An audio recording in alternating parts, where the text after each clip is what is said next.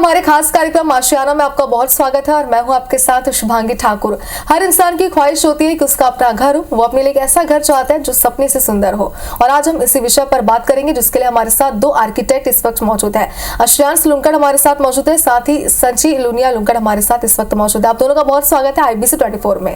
Thank you so much. तो सबसे पहले आप दोनों से यही समझना चाहते हैं कि एक आर्किटेक्ट की हमारे सपनों के आशियाने को सुंदर बनाने में क्या भूमिका होती है।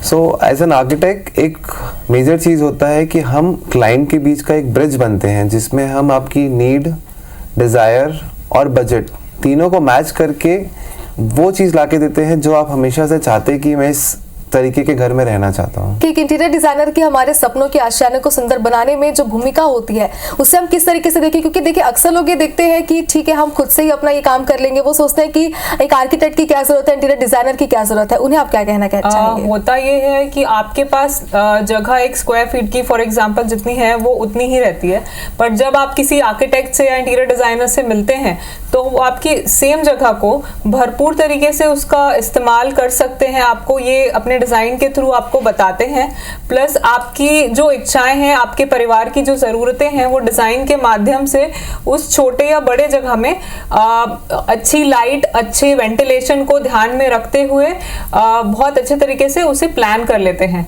तो इससे आपकी काफ़ी आपके समय की और आप बचत होती है और आपके पैसे का जो इस्तेमाल है वो सही तरीके से होता है उस घर पे।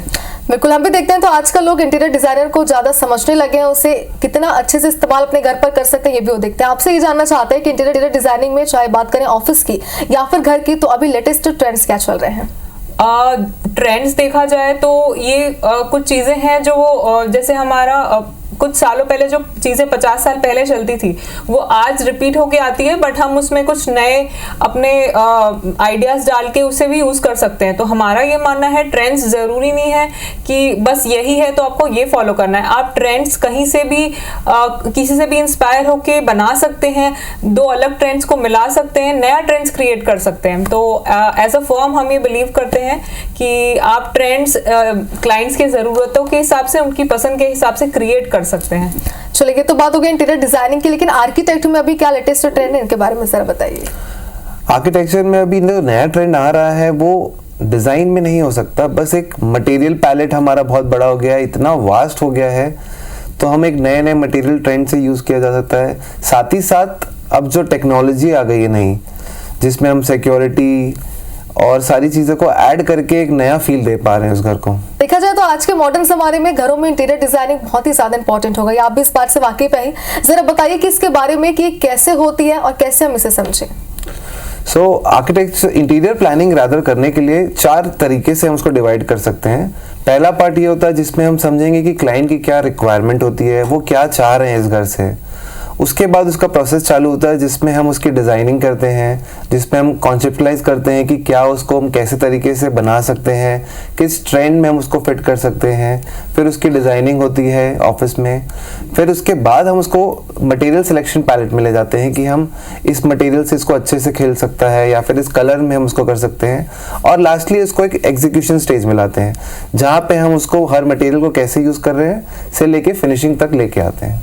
बिल्कुल, देखिए आप दोनों ही एक्सपर्ट्स हैं, इसलिए आपसे समझना चाहते हैं कि आपको क्या लगता है कि आज के समय में मॉडर्न आर्किटेक्चर को कौन से बड़े ट्रेंड्स हैं जो प्रभावित कर रहे हैं?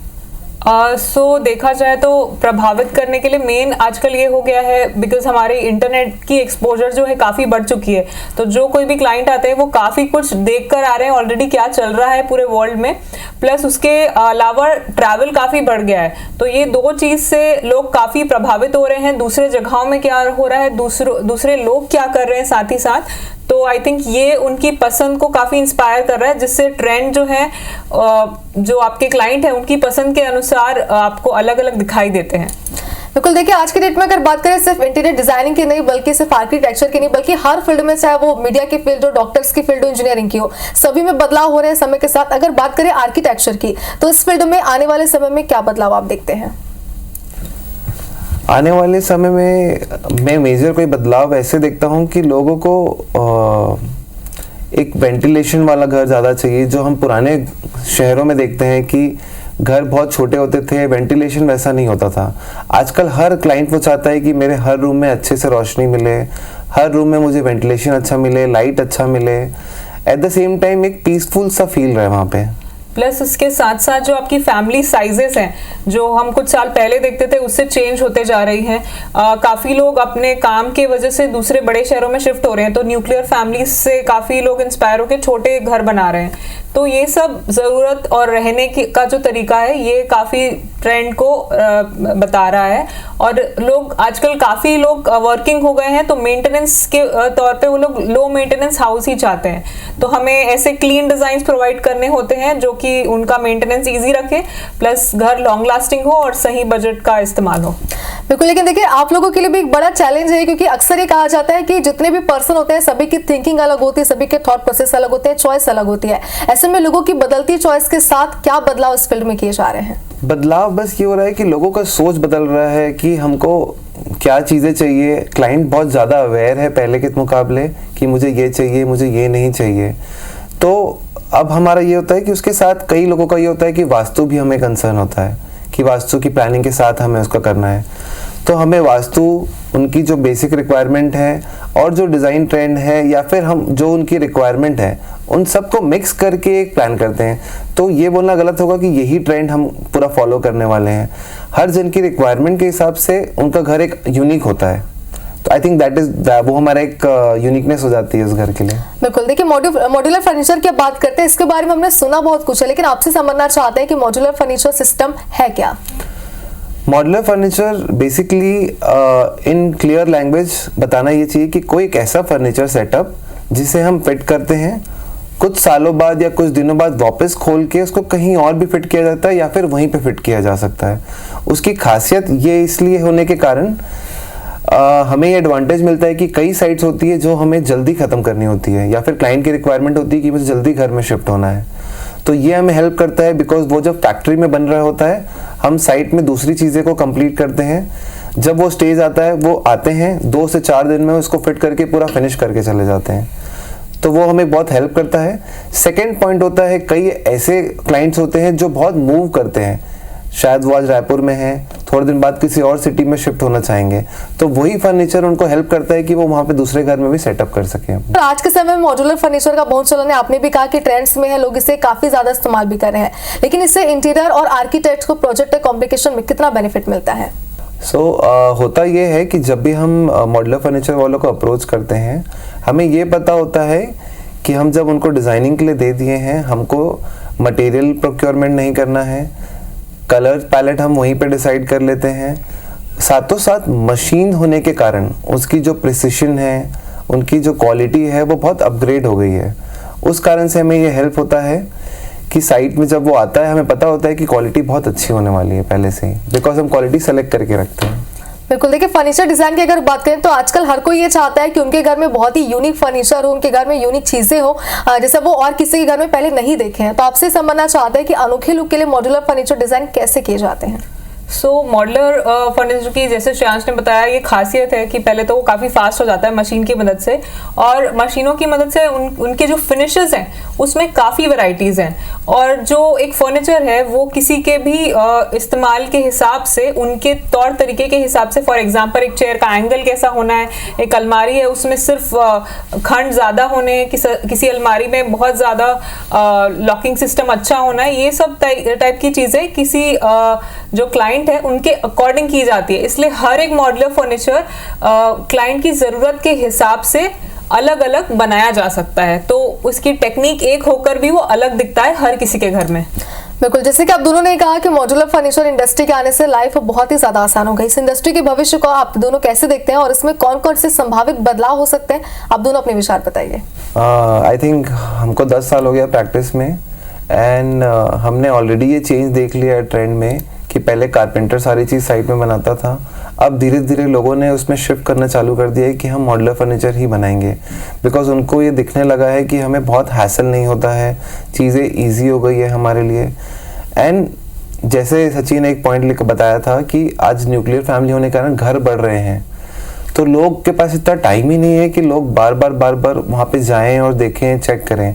मॉड्यूलर फर्नीचर आने के कारण इसका एक हाईली पोटेंशियल दिखता है हमको, जिसमें फ्यूचर में I think everyone will opt for it. बिल्कुल। तो मॉड्यूलर फर्नीचर डिजाइन के बेनिफिट्स के बारे में बताइए। अगर कोई जो हमारे दर्शक हैं जो अपना नया घर बनाना चाहते हैं और इसे यूज करने के बारे में सोच रहे हैं, तो उन्हें क्या क्या इससे बेनिफिट्स होंगे, क्या इसकी खासियत होगी, इसके बारे में जरा बताइए। सो मॉड्यूलर फर्नीचर की जो खासियत है, सबसे ज्यादा कुछ पॉइंट्स आज ने ऑलरेडी कवर किए हैं, उसमें से ये है, एक तो आपका समय काफी कुछ बचता है। आप अगर किसी घर में जल्दी शिफ्ट होना चाहते हैं तो साइट पे काम चालू रहता है और आपकी जो मॉड्यूलर फर्नीचर की रिक्वायरमेंट है वो आपकी फैक्ट्री में ऑलरेडी प्रिपेयर होती है, बस आके इंस्टॉल होना है। तो समय आपका बचता है और आपको बार बार अपना समय साइट पे जाया नहीं करना पड़ता जाकर चेक करने के लिए, तो ये काफी अच्छा होता है। उसके साथ साथ मशीन्स का उपयोग होने की वजह से इसकी फिनिशिंग्स में काफी ज्यादा अच्छी क्वालिटी आ जाती है और आप जो भी फाइनल फर्नीचर चाहते हैं वो आप पहले ही डिसाइड करके उसे मटेरियल, उसकी फिनिश, हर एक चीज फिनिश कर सकते हैं मॉड्यूलर फर्नीचर बनाने वालों के साथ। साथों साथ इसमें एक एड ऑन पॉइंट करूंगा मैं।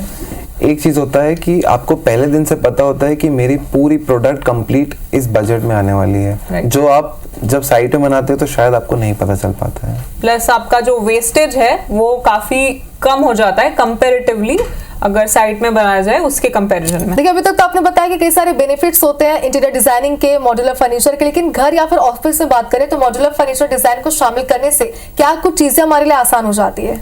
सो देखा जाए तो अगर फॉर एग्जांपल कोई ऑफिस में जल्द से जल्द एक शिफ्ट होना चाहता है तो इस कैटेगरी को देखा जाए तो हमें ये भी सोचना है कि मेरा एक क्लाइंट है जिन्होंने एक रेंटल स्पेस लिया है, उसका रेंट चालू हो गया है, तो मुझे वो मद्देनजर रखते हुए फास्ट उन्हें काम बनाकर काम कर देना है। तो जब हम मॉड्यूलर फर्नीचर को इसमें लेकर आते हैं तो ये प्रोसेस जो है काफी फास्ट हो जाता है, इस वजह से उनका समय जाया नहीं होता और वो जल्दी से जल्दी अपने जगह में शिफ्ट हो सकते हैं। और जहां तक घर की बात है, उसमें आप जितना ज्यादा मॉड्यूलर फर्नीचर का उपयोग करेंगे उसमें आपका साइट वर्क रिड्यूस होगा और इसमें समय की बचत होगी, बट हर चीज आपके तरीके से कस्टमाइज भी हो जाएगी। बिल्कुल। देखिए, अब तक तो आपने बताया कि मॉड्यूलर फर्नीचर से हमें यानी कि जो आपके क्लाइंट्स होते हैं उन्हें कितना फायदा होता है, लेकिन अब आपसे ये समझना चाहते हैं कि इसके इस्तेमाल से इंटीरियर से या फिर आर्किटेक्ट्स को क्या बेनिफिट्स मिल रहे हैं। जो हमने सब बताया ये कंपाइल होके ये होता है कि हमें एक टेबल में वो सारा designing stage, finishing stage, colour choice करना, यहाँ तक का एक संतुष्टि होता है कि साइट पे जब वो लग रहा है हमको अब उसमें और ज़्यादा इन्वॉल्वमेंट नहीं होना है, तो हमारा बहुत टाइम बच जाता है। बेसिकली एक टेबल पर बैठकर हम आपको जीरो से लेके क्या मटेरियल लग रहा है 3D के मदद से हम ये बनेगा फाइनल क्लाइंट को दिखा देते हैं, जहाँ पे वो हाँ या ना बोलकर उस चीज को डन कर देते हैं। अब उन्हें सिर्फ वेट करना होता है कि वो सेम चीज साइट पर जाके लग जाए। देखिए, कुछ लोग ये सोचते हैं कि वो खुद ही अपने तरीके से अपना घर डिजाइन कर लेंगे, ऐसे में जरा उन्हें बताइए कि उन्हें एक डिजाइनर की जरूरत क्यों है, क्योंकि कई बार ये होता है कि गाँव में या फिर छोटे शहरों में लोग अब तक आर्किटेक्ट को लेकर या इंटीरियर डिजाइनिंग को लेकर ज्यादा जानकारी नहीं रख पाते हैं, उनके लिए आप क्या कहेंगे? जैसा कि मैंने पहले भी कुछ अलग तरीके से यही बताया था कि जैसे एक स्पेस है, वो स्पेस आपको यूटिलाइज करना है एक पूरे परिवार के लिए, तो हो सकता है आप अगर खुद करें तो अगर आप में काबिलियत है तो आप भी कर सकें, पर जब आप एक डिजाइनर की मदद लेते हैं तो पहले तो आपका समय बचता है कि आपको अपना समय उसमें जाया नहीं करना है, आप अपने काम पे फोकस कर सकते हैं और ये संतुष्ट हो सकते हैं कि आपकी जो रिक्वायरमेंट्स है, आपकी जो परिवार को जो जो चीज़ों की ज़रूरत है उस घर के अंदर, जैसे कि अच्छे लाइट, अच्छे वेंटिलेशन, एक आरामदायक फर्नीचर, आरामदायक अलमारी, आपके पसंद का टॉयलेट, आपके पसंद का बाथटब, आपके पसंद के पर्दे, कुशन, एवरीथिंग आप डिसाइड कर सकते हैं और अपनी पसंद बता सकते हैं। और आपको अपने आर्किटेक्ट पे भरोसा करके आपको आपके जो आर्किटेक्ट या इंटीरियर डिजाइनर है वो आपको बेस्ट से बेस्ट चीज प्रोवाइड करते हैं एंड बेसिकली आपके छोटे एरिया में भी वो अच्छे से अच्छा डिजाइन निकाल सकते हैं और बड़े एरिया को भरपूर किस तरीके से यूज करना है उसका अच्छा सोल्यूशन देते हैं। जब हम खुद से ये करना चाहते हैं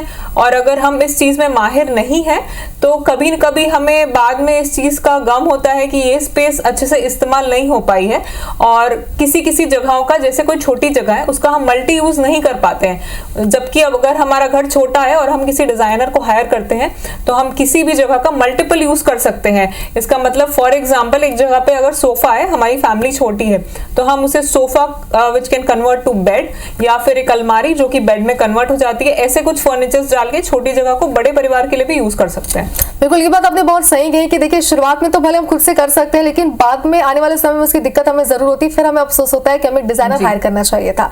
देखिए, इंटीरियर डिजाइनिंग का दायरा क्या होता है, एक आशियाने में किन किन हिस्सों पर इंटीरियर डिजाइनिंग की जा सकती है? इंटीरियर डिजाइनिंग जैसे कि मैंने बोला आर्किटेक्चर का एक पार्ट है, सो आर्किटेक्चर को लेते हुए जब हम इंटीरियर डिजाइनिंग स्टार्ट करते हैं तो इंटीरियर डिजाइनिंग का कोई लिमिटेशन नहीं है। इंटीरियर डिजाइनिंग हर जगह हो सकती है, सीलिंग में, फ्लोर में, दीवार में, ये एक आम जगह है जो हम देखते हैं। उसके अलावा फर्नीचर्स में, आपके बाथरूम की दीवारों पर, सीलिंग पर, यहाँ तक आपके जो किचन्स हैं आजकल वो काफ़ी डिज़ाइनर हो सकते हैं। आपकी स्टेयरकेस डिज़ाइनर हो सकती है। आपके फर्निशिंग, अपहोल्स्ट्री में कितना डिज़ाइनिंग होता है, वो एक एक चीज़ हम कस्टमाइज करा सकते हैं आपके हिसाब से। एंड आपके घर पे लगने वाले आर्ट पीस जो होते हैं वो हम प्रोक्योर कर सकते हैं जो आपके घर के साथ जाते हैं। तो इसमें कोई लिमिटेशन नहीं है मुझे लगता है। अगर एक क्लाइंट जितना अपने स्कोप में जितना शायद स्पेंड करना चाहते हैं, अपने घर को और ज़्यादा सुंदर बनाना चाहते हैं, उतना इसमें स्कोप है। अब देखिए, किसी इंटीरियर डिजाइनर को काम देने से पहले उससे क्या क्या जानकारी ले लेनी चाहिए, या फिर अपने घर को लेकर उन्हें क्या जानकारी है जो जरूर देनी चाहिए?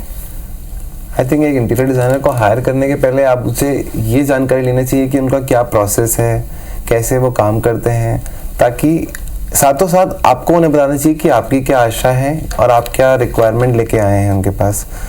तो दोनों जब डिस्कशन करेंगे तो एक कॉमन कंक्लूजन आएगा जिसमें हम टाइमलाइन डिस्कस करेंगे, बजट डिस्कस करेंगे, आपकी डिज़ाइन रिक्वायरमेंट डिस्कस करेंगे, स्पेस रिक्वायरमेंट डिस्कस करेंगे। तो ये सब चीज़ें साथ में जब कंपाइल हो जाएगी तो आपको वो इंटीरियर डिज़ाइनर दे पाएगा जो आप चाहते हैं। एक और चीज़ इसमें मुझे ऐड करना है, ये बहुत ज़्यादा इंपॉर्टेंट चीज़ है कि आप एज अ डिज़ाइनर, आपका और आपके क्लाइंट का जो रिलेशन है, जो ट्रस्ट का रिलेशन है, वो बहुत अच्छा होना चाहिए। इससे पूरा जो आपका फाइनल प्रोजेक्ट है वो लास्ट में हमें पता चलता है कि जब क्लाइंट पूरा भरोसा करता है अपने आर्किटेक्ट पे, तो ये काफ़ी अच्छा प्रोजेक्ट बनता है लास्ट में। बिल्कुल। देखिए, अब तक तो हमने बात की कि पूरे घर को डिजाइन करने से पहले आप क्या कुछ सलाह देते हैं या फिर एक ऑफिस के लिए, लेकिन जब आप एक कमरे को डिजाइन करते हैं तो आज की डेट में क्या ट्रेंड्स चल रहे हैं, किस तरीके से आप लोगों को सलाह देते हैं कि वो कैसे अपने कमरे को डिजाइन करवाएं? सबसे पहले इसमें ज़रूरी है इस कमरे का यूज़ कौन करने वाला है। फॉर एग्जांपल कोई बूढ़े लोग हैं, या फिर कोई बच्चा है, या फिर यंग कपल है, या फिर कोई इंडिविजुअल है, तो ये उनके जो कैरेक्टर या चरित्र हम कहेंगे, या उनके पसंद आने वाली चीज़ें, वो जिस चीज़ों से प्रभावित है उस पर निर्भर करता है। क्योंकि जो लास्ट यूज़र है उस रूम का, उसे इस रूम में कंफर्ट होना चाहिए। अगर किसी यूजर को लाइट कलर्स पसंद हो सकते हैं, किसी यूजर को बहुत डार्क कलर पसंद हो सकते हैं, या किसी को रेड, पिंक, व्हाइट, जो कलर उनको पसंद है, हम उनके हिसाब से अगर डिजाइन करें तो ये एक अच्छा डिजाइन होगा उस क्लाइंट के लिए जो वो रूम को इस्तेमाल करने वाला है। तो जहां तक हम ट्रेंड्स की बात रखें, ये मुझे लगता है सेकंड होता है। फर्स्ट ये होता है कि हम उनके हिसाब से उनकी ज़रूरतों को पूरा करें, और प्लस जो भी डिज़ाइन उसमें उनके रिक्वायरमेंट पे सूट हो, हम वो प्रोवाइड करें। तो to put it up in one line, हमको बहुत टाइम कॉलेज में सिखाया गया है, design will always follow function. तो फंक्शन हमेशा पहले आएगा, फिर डिजाइन आएगा। उसे पहले पूरा किया जाए, फिर उसके हिसाब से उसमें एक अच्छी डिजाइन इस्तेमाल की जाए। बिल्कुल। देखिए, क्योंकि आप दोनों ने बताया कि आप दोनों कई साल से इस फील्ड में और एक्सपर्ट्स हैं, आप दोनों की जानकारी से भी हमें समझ में आ रही है, इसलिए आपसे ये जानना चाहते हैं कि इंटीरियर डिजाइनर बनने के लिए क्या क्या जरूरी स्किल्स है जो होनी चाहिए? जहाँ तक इंटीरियर डिज़ाइनर की बात है, स्किल्स जो होती है, हम ये बिलीव करते हैं कि एक डिज़ाइनर बनने के लिए हमें कुछ कॉलेज में जो पढ़ाया जाता है, कुछ एक्सपीरियंस गेन करना होता है, ये जनरल बात है। बट आमतौर पे कभी कभी कई लोगों का टेस्ट इतना अच्छा होता है कि वो शायद बिना एजुकेशन के भी अच्छे डिज़ाइनर बन सकते हैं। So that's a very unique thing. But अगर आप एक पढ़ाई का जरिया फॉलो करते हैं तो आपको एक अच्छे कॉलेज का एक्सपोजर होना चाहिए, जहां आपको काफ़ी चीज़ें दिखाई जाए, सिखाई जाए, और उसके बाद आपको मटेरियल्स कितने टाइप के होते हैं, जिन्हें कैसे यूज़ करते हैं बिल्डिंग के अंदर या बाहर, और अलग अलग जगहों पे अलग अलग मौसम में ये पता हो। और आपको ये सब चीज़ पता चलेगी जब आप कॉलेज के पास बाद एक थोड़ा सा एक्सपीरियंस लेते हैं, जिसे हम इंटर्नशिप या जॉब के तौर पे देखते हैं। तब आप वहाँ सीखते हैं कि एक्चुअल एक रियल साइड पे क्या होता है, जो कि सिर्फ एक आपके बुकिश नॉलेज या आपके कॉलेज नॉलेज से काफ़ी ज़्यादा होता है। तो आपको एक साइट एक्सपीरियंस एंड आपका बैकअप स्टडी काफ़ी स्ट्रांग हो, प्लस आप अपना खुद का जो दिमाग है वो अच्छे से अच्छी नई नई डिज़ाइन इस्तेमाल करने में, और लोगों की सबसे इम्पोर्टेंट प्रॉब्लम अपने डिज़ाइन के जरिए से सॉल्व करने के लिए आप कैसे अच्छी डिज़ाइन बना सकते हैं, इससे पता चलता है कि आप अच्छे डिज़ाइनर बन सकते हैं। बिल्कुल। देखिए, अगर आम लोगों की बात करें तो हमें तो सिर्फ इतना ही पता होता है कि इंटीरियर डिजाइनिंग, इसके अलावा हमें इसके बारे में ज्यादा जानकारियां नहीं होती। कितने प्रकार की होती है सर, इनके बारे में बताइए। लोगों ने सिर्फ एक बना दिया है कि रूम का डिजाइनिंग होता है। इंटीरियर डिजाइनिंग में प्रोडक्ट डिजाइनिंग भी आता है, जिसमें फर्नीचर डिजाइनिंग भी आता है, वॉलपेपर डिजाइनिंग भी आता है। देन आपके आर्टिफैक्ट्स एंड आर्ट पीसेस भी डिजाइन होते हैं, आपकी अपहोल्स्ट्री भी डिजाइन होती है, एंड आपके हर एक चीज जैसे हमने बताया वो डिजाइन करने का स्कोप होता है। बिल्कुल। अगला सवाल मेरा आप दोनों से ये, आप नए आर्किटेक्ट्स को क्या सलाह देना चाहेंगे जो अभी अपने करियर की शुरुआत कर रहे हैं? आई थिंक सबसे बड़ा हम ये देना चाहेंगे कि stay connected to your roots. आज हम इंडिया में हैं, इंडिया की वेदर के हिसाब से डिज़ाइन करें, यहाँ का क्लाइमेट कैसा है, यहाँ का विंड कैसा है, टाइपोलॉजी कैसी है, आप किस एरिया में है, वहाँ का लोकली मटेरियल क्या सोर्स कर सकते हैं, उन चीज़ों से अगर आप कनेक्ट कर पाएंगे तो आपका घर हमेशा स्टैंड आउट आप जिस जगह में हैं उस जगह के लिए, उस जगह के लोगों के हिसाब से वो एक बिल्डिंग या इंटीरियर चीज़ों का निर्माण करेंगे तो वहाँ के लोगों को कंफर्ट फील होगा, प्लस आपका जो सिटी का आर्किटेक्चर है वो भी और उभर कर आएगा। बिल्कुल। देखिए समय की हमारे पास थोड़ी कमी है, इसलिए आखिरी सवाल मैं आपसे लेना चाहती हूँ। अंत में हमारे जो दर्शक हैं जो अपने सपनों के आशियाने को लेकर टेंशन में है या सोच कर कि वह जैसा चाहते हैं वैसा सपनों का आशियाना उनका बन पाएगा या फिर नहीं, उन्हें आप क्या एडवाइस देना चाहेंगे? Trust the process and trust your designers basically. बिल्कुल। तो देखिए मॉड्यूलर फर्नीचर को लेकर, आर्किटेक्ट्स को लेकर या फिर इंटीरियर डिजाइनिंग को लेकर आपने कई सारी जानकारी हमारे साथ साझा की। उम्मीद करते हैं हमारे जो दर्शक हैं जो अपने आशियाने को बाकी बनाना चाहते हैं उनके लिए जानकारियां बहुत जरूरी होंगी। बहुत शुक्रिया आप दोनों का हमारे साथ जुड़ने के लिए। Thank you so much. और इसी के साथ हमारे खास कार्यक्रम आशियाने में फिलहाल इतना ही। आप देखते रहिए IBC 24। नमस्कार।